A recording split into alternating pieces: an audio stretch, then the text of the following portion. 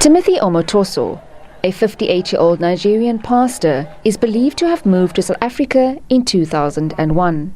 Omotoso and the Jesus Dominion International Church came under scrutiny after a news feature on the SABC Current Affairs program Special Assignment contained claims of sexual abuse from several women at the hands of Omotoso under the pretext of healing. Some of his alleged victims as young as 14 years old.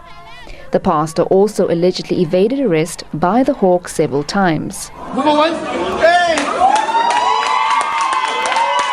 He tried to avoid his arrest at the Port Elizabeth airport by first lying about his arrival time and then hiding in a toilet when he was found by the Hawks and armed members of the South African Police Service's Tactical Response Team as they waited for him. His dramatic arrest was met with shock by the community and anger by his congregation. His bail proceeding delivered shocking revelations. The court heard detailed affidavits of victims and that the pastor was in possession of fraudulent travel documents. The court also heard that an illegal work permit was obtained for the pastor by a member of his church who was working at the Department of Home Affairs, and that a senior official within the Hawks were in cahoots with the prophet to get him out of the country. The allegations made about Hawks members or senior officials being involved or being part of the church or having disturbed our operations, yes, we are busy investigating those because we cannot have members inside the Hawks working against us, irrespective of the rank, whether you are a senior or a junior. As long as you stand in front of the law, we need to be investigated, and if when we investigate, there is strong evidence that leads to arrest, that will be done, yes. But the flamboyant pastor enjoys huge support.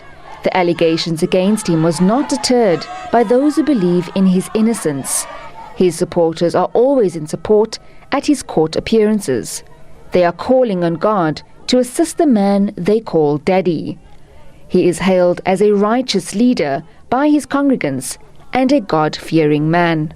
It's painful what's happening, but God will answer for Omotoso.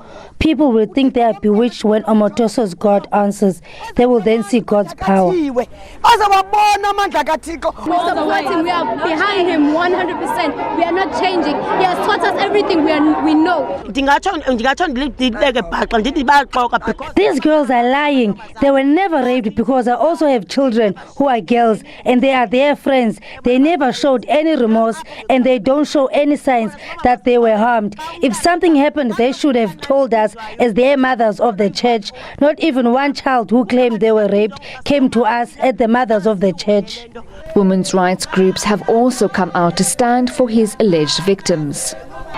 We do believe that we have a case as a country, as a world, against the so-called men of God. We will be here until the finality of the case. We've come to plead with the magistrate that let Omotoso rot in jail so that he is never going to see the sunshine again. The state believes Omotoso is a flight risk. The alleged victims have also been threatened. At the moment, we've been informed that there is a serious threat against these girls. And the route to follow in situations like that as the NPA is to ensure that all the people that are being threatened are actually protected. Religious leaders are also making their voices heard, calling on elderly church members to become more active in the church. The first thing, these churches, they don't affiliate themselves in the organizations that are already there in the structures of the church. We have got South African Council of Churches, they don't affiliate there. We have got African Union of Independent Churches, they don't affiliate there.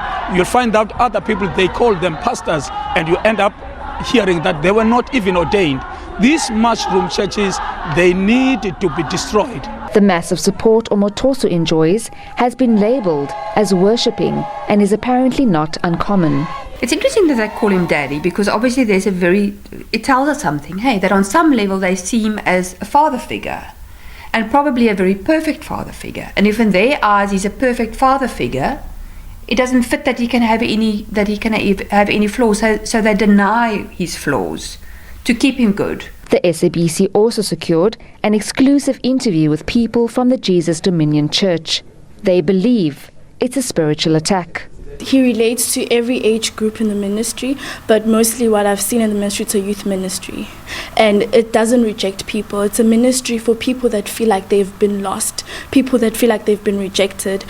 The Port Elizabeth Church has moved a number of times as it grew. It finally bought premises in Governor Mbeki Avenue in North End in Port Elizabeth in 2011. It has branches in many other cities in South Africa. This church has become a safe haven for many. Luvuyo Nyongoma is a reformed gangster who says the pastor brought him closer to God. It hurts. I don't want to lie. If Tim Omotoso is removed from my life, I am zero. I would either die or go back to jail, or go back to where I came from. It hurts me a lot, because if it were for me, and you can replace someone's place, I would volunteer in court and take him out and put me in. The Hawks have also arrested 2 women in Port Elizabeth in connection with the case. They were allegedly recruiting young girls for sexual exploitation. The said henchwomen are linked to Omotoso. The state says they allegedly lured young girls to a house in Umhlanga, north of Durban, to be sexually exploited by Omotoso. One of the accused is 8 months pregnant and will return to KwaZulu-Natal to give birth. The second suspect in the matter gave birth 5 days before she was arrested by the Hawks. The 2 women are both out on bail. The case against Nigerian Pastor Timothy Omotoso and his 2 female co-accused will continue in January next year. Jayed-leigh Paulse, SABC News, Port Elizabeth.